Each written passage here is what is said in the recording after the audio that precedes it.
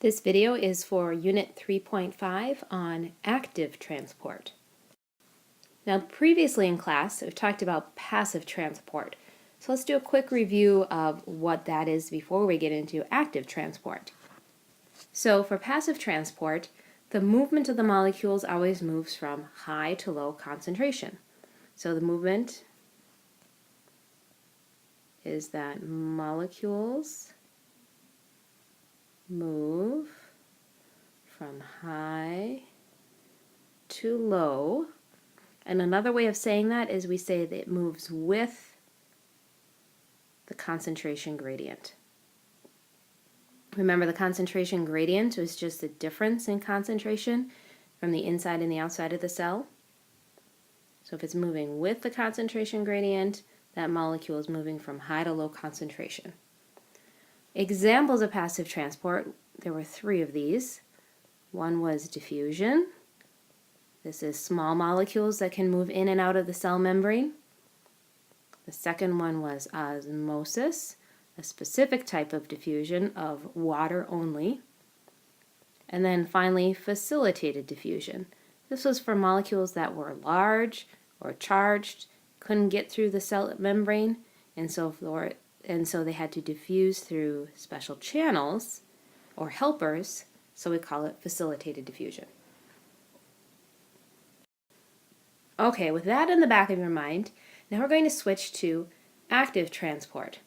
Now, an active transport is the opposite of passive transport. So molecules will not move from high to low concentration, but molecules will move from low to high concentration.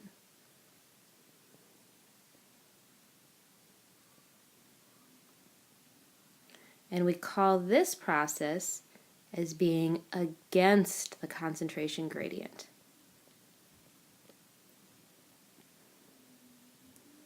So because molecules are normally just bouncing around and bouncing off of each other, they will naturally want to move from high to low concentration. But sometimes the cell has to move molecules from where there are very few of them to where they're in higher concentration. And in order to do this active transport, we have to use energy,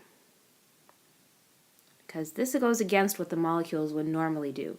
And that energy the cell always uses, remember, is called ATP. So this is one of the reasons why you need energy, is for this active transport.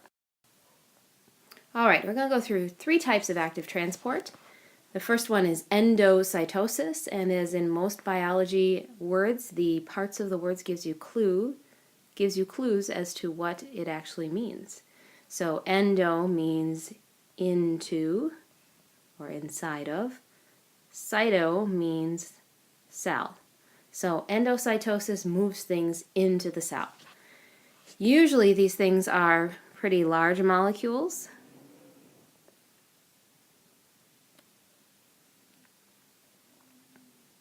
Such as proteins, large carbohydrates. And how it does it is kind of interesting, actually. I'm just going to draw a diagram to show you how this works. So if this is a cell, and here's a little particle that needs to get into the cell, a little protein particle. As it gets closer to the cell begins to kind of pinch in a little bit. And there's little special receptors on the cell that recognize that molecule and begin to wrap around it, so that it creates actually kind of like a little bubble around the cell, or around the particle, and we call that little bubble a vesicle.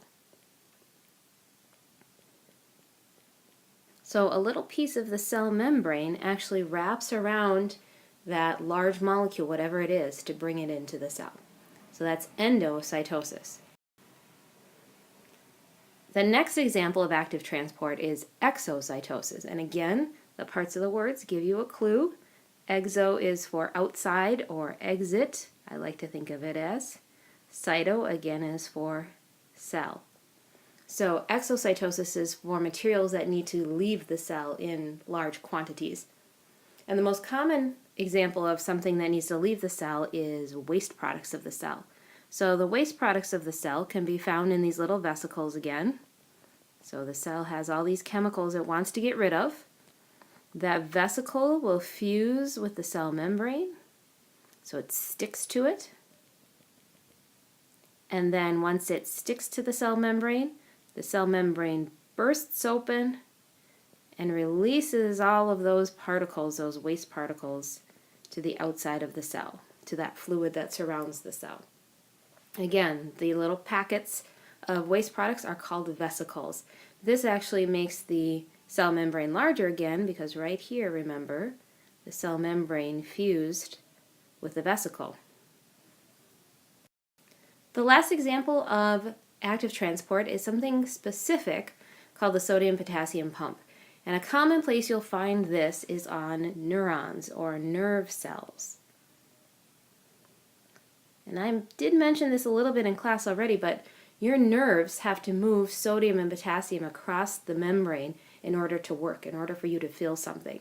But in order for it to be moved across the membrane, the cell has to establish a concentration of sodium on the outside of the cell. So here's our sodium on the outside of the cell, and a concentration of potassium, here's the potassium, on the inside of the cell. Well, if the sodium, which is red, you can see all those little red dots, was just allowed to pass freely back and forth to the cell membrane, through the cell membrane, it would just be evened out. But the cell wants to keep concentrating more and more and more sodium ions on the outside of the cell. That's how neurons work. So there's this special pump to keep pumping the sodium ions out. The same thing goes for the potassium. If the potassium was left to its own devices, it would just even out across the outside and the inside of the membrane. But the cell wants to keep lots of potassium in. So it keeps pumping more and more potassium into the cell so that it can have lots of potassium in green on the inside and lots of sodium in red on the outside. So it kind of stockpiles sodium on the outside and potassium on the inside. Remember, this is going against the concentration gradient. The cell does not want to allow these ions to be evened out on the inside and the outside of the membrane. So once again, a quick review. Active transport moves things from low to high concentration requiring energy. Therefore, it goes against the concentration gradient. There are 3 types of active transport: endocytosis, exocytosis, and our specific example of the sodium-potassium pump.